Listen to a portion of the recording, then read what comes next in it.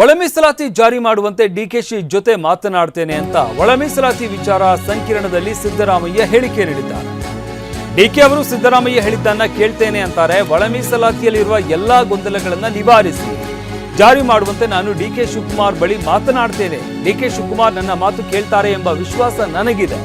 ಅಂತಿಮವಾಗಿ ಸಚಿವ ಸಂಪುಟ ತೀರ್ಮಾನ ತೆಗೆದುಕೊಳ್ಳುತ್ತೆ. ಒಳ ಮೀಸಲಾತಿ ಹೋರಾಟ ಸಮಿತಿ ಆಯೋಜಿಸಿದ್ದ ಕಾರ್ಯಕ್ರಮ ವಿಚಾರ ಸಂಕಿರಣ ಉದ್ಘಾಟಿಸಿ ಮಾತನಾಡಿದಂಥ ಸಿದ್ದರಾಮಯ್ಯ ಈ ಸಂದರ್ಭದಲ್ಲಿ ನಾನು ಈ ವಿಚಾರಕ್ಕೆ ಸಂಬಂಧಪಟ್ಟಂತೆ ಮುಖ್ಯಮಂತ್ರಿಗಳ ಜೊತೆ ಮಾತನಾಡ್ತೀನಿ ಅಂತ ಹೇಳಿದ್ದಾರೆ. ಒಳ ಮೀಸಲಾತಿ ಆಗಲೇಬೇಕು,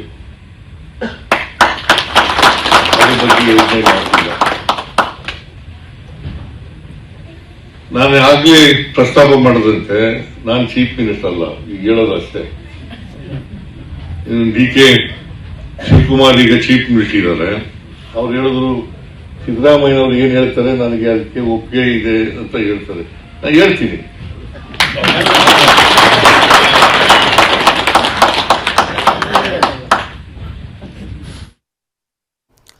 ಇದು ಇವರೆಗಿನ ಪ್ರಮುಖ ಸುದ್ದಿ. ಈಗ ಸೂಪರ್ 30 ಪ್ರಸಾರವಾಗುತ್ತೆ. ಒಳ ಮೀಸಲಾತಿ ಜಾರಿ ಮಾಡುವಂತೆ ಡಿಕೆಶಿ ಜೊತೆ ಮಾತನಾಡ್ತೇನೆ ಅಂತ ಒಳ ಮೀಸಲಾತಿ ವಿಚಾರ ಸಂಕಿರಣದಲ್ಲಿ ಸಿದ್ದರಾಮಯ್ಯ ಹೇಳಿಕೆ ನೀಡಿದ್ದಾರೆ. ಡಿಕೆ ಅವರು ಸಿದ್ದರಾಮಯ್ಯ ಹೇಳಿದ್ದನ್ನ ಕೇಳ್ತೇನೆ ಅಂತಾರೆ. ಒಳ ಮೀಸಲಾತಿಯಲ್ಲಿರುವ ಎಲ್ಲಾ ಗೊಂದಲಗಳನ್ನು ನಿವಾರಿಸಿ ಜಾರಿ ಮಾಡುವಂತೆ ನಾನು ಡಿಕೆ ಶಿವಕುಮಾರ್ ಬಳಿ ಮಾತನಾಡ್ತೇನೆ. ಡಿಕೆ ಶಿವಕುಮಾರ್ ನನ್ನ ಮಾತು ಕೇಳ್ತಾರೆ ಎಂಬ ವಿಶ್ವಾಸ ನನಗಿದೆ. ಅಂತಿಮವಾಗಿ ಸಚಿವ ಸಂಪುಟ ತೀರ್ಮಾನ ತೆಗೆದುಕೊಳ್ಳುತ್ತೆ.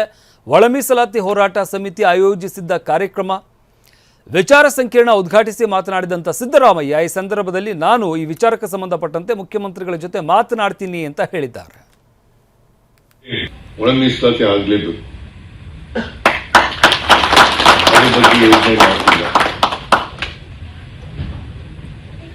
ನಾನು ಆಗ್ಲೇ ಪ್ರಸ್ತಾಪ ಮಾಡದಂತೆ ನಾನು ಚೀಫ್ ಮಿನಿಸ್ಟರ್ ಅಲ್ಲ, ಈಗ ಹೇಳೋದಷ್ಟೇ. ಡಿಕೆ ಶಿವಕುಮಾರ್ ಈಗ ಚೀಫ್ ಮಿನಿಸ್ಟರ್ ಇದ್ದಾರೆ. ಅವ್ರು ಹೇಳಿದ್ರು ಸಿದ್ದರಾಮಯ್ಯನವ್ರು ಏನ್ ಹೇಳ್ತಾರೆ ನನಗೆ ಅದಕ್ಕೆ ಒಪ್ಪಿಗೆ ಇದೆ ಅಂತ ಹೇಳ್ತಾರೆ. ನಾನು ಹೇಳ್ತೀನಿ.